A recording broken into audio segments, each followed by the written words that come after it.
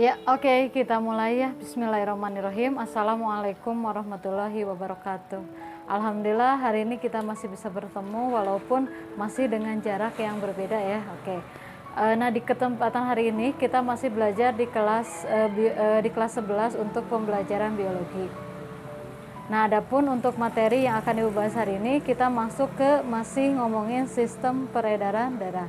Di pertemuan sebelumnya kita sudah berbicara mengenai darah ya, yaitu segala sesuatu yang berhubungan dengan darah. Nah, sekarang kita akan bicara mengenai komponen dari sistem peredaran darah selanjutnya, yaitu mengenai pembuluh darah, dan satu lagi yaitu mengenai jantung. Oke, kita akan bahas dulu mengenai yang namanya jantung. Nah, tapi sebelumnya Ibu ngasih tahu dulu, adapun tujuan pembelajaran hari ini yaitu untuk mengetahui pembuluh darah, kemudian yang kedua yaitu untuk mengetahui jantung dan mengetahui bagaimana proses peredaran darah yang terjadi pada manusia. Oke, nah kita tahu jantung, nah mungkin kalian perhatikan ya gambarnya udah tahu ini jantung, ini memiliki struktur yang sangat unik, yaitu dimana kalau dilihat dari besarnya itu sebesar kepalan tangan ya. Nah, besar kepalan tangan tergantung dari komposisi tubuh. Kalau misalnya yang besar berarti otomatis besar. Nah, itu strukturnya. Kemudian yang kedua yaitu jantung kita ini berada di bagian tengah dan letaknya berada di belakang tulang rusuk ya, atau di sini. Nah, selanjutnya kemudian jantung manusia ini merupakan jantung yang disusun oleh otot, namanya otot jantung. Dan jantung kita tersusun dari 4 ruang ya, ada ruang kanan dan ada yang sebelah kiri. Nah, untuk yang sebelah kanannya itu ada atrium dan ventrikel, atau bahasa lainnya yaitu ada serambi dan bilik ya. Kemudian yang kedua yaitu yaitu ada atrium kiri dan ventrikel kiri. Nah, di sini kalian perhatikan gambarnya. Adapun selain ruang, jantung juga memiliki sekat. Ada 2 sekat yang sangat terkenal, yaitu ada sekat tricus spidalis dan satu lagi sekat bicus spidalis. Nah, bisa kalian perhatikan gambarnya ya. Oke. Nah, itulah dia mengenai struktur dari yang namanya jantung. Nah, sekarang jantung itu fungsinya buat apa sih? Oke.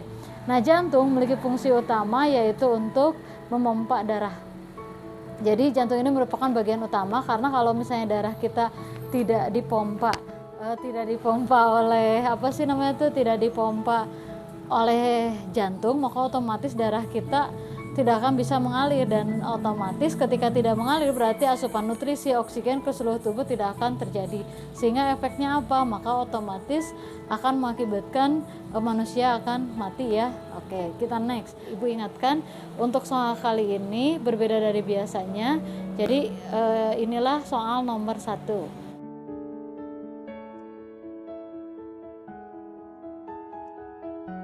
Nah, sekarang poin yang utamanya juga dari sistem peredaran darah adalah yang disebut dengan pembuluh darah. Oke. Nah, pembuluh darah manusia itu ada 3 macam. Yang pertama ada pembuluh vena. Nah, ini ya gambarnya. Kemudian yang kedua ada pembuluh arteri. Nah, ini.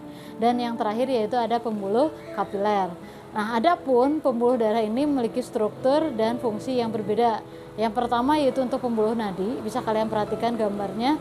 Ini merupakan pembuluh darah besar, di mana pembuluh nadi atau seringkali orang mengatakan pembuluh arteri ini merupakan pembuluh darah yang kaya akan oksigen, dan peredaran darahnya ini bersifat keluar dari jantung.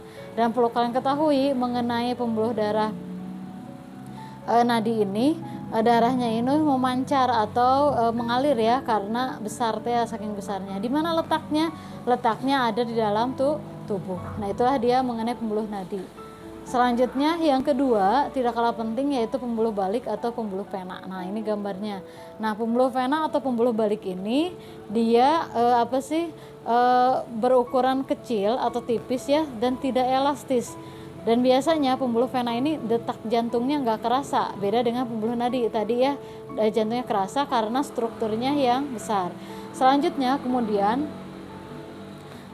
pembuluh darah vena ini dia letaknya berada di permukaan dan kelihatan ya oleh kita. Nah, ini biasanya yang berwarna itu biasanya adalah pembuluh vena atau balik, dan aliran darahnya itu keluar menuju jantung ya. Kalau tadi kan nadi itu keluar, kalau vena itu menuju jantung. Dan yang terakhir yaitu pembuluh kapiler adalah pembuluh paling kecil ya.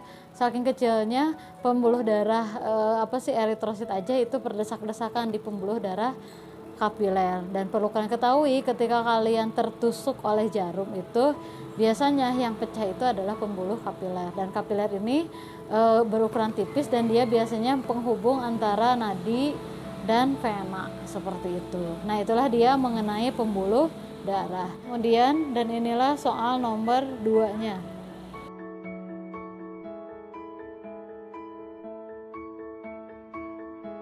Dan yang terakhir adalah bagaimana sih peredaran darah pada manusia. Nah, perlu kalian ketahui peredaran darah pada manusia ini dikenal dengan peredaran darah ganda.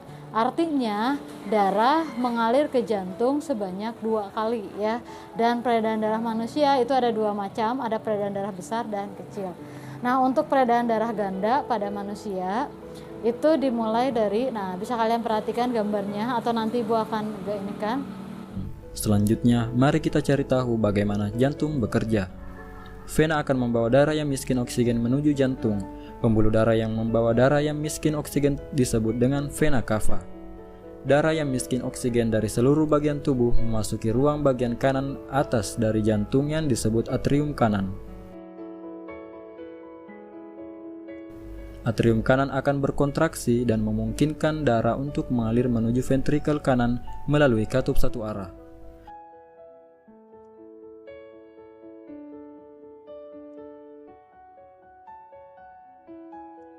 Ventrikel kanan kemudian berkontraksi dan menekan darah menuju arteri pulmonalis. Arteri pulmonalis membawa darah yang miskin oksigen menuju paru-paru.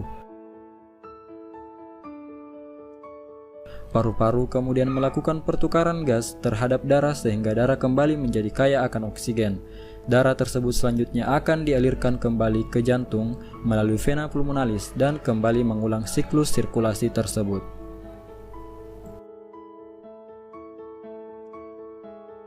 Nah, itulah dia mengenai sistem peredaran darah ganda. Nah, oke.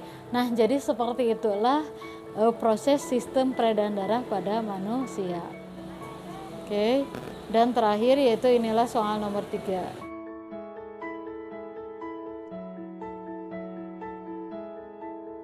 Terima kasih.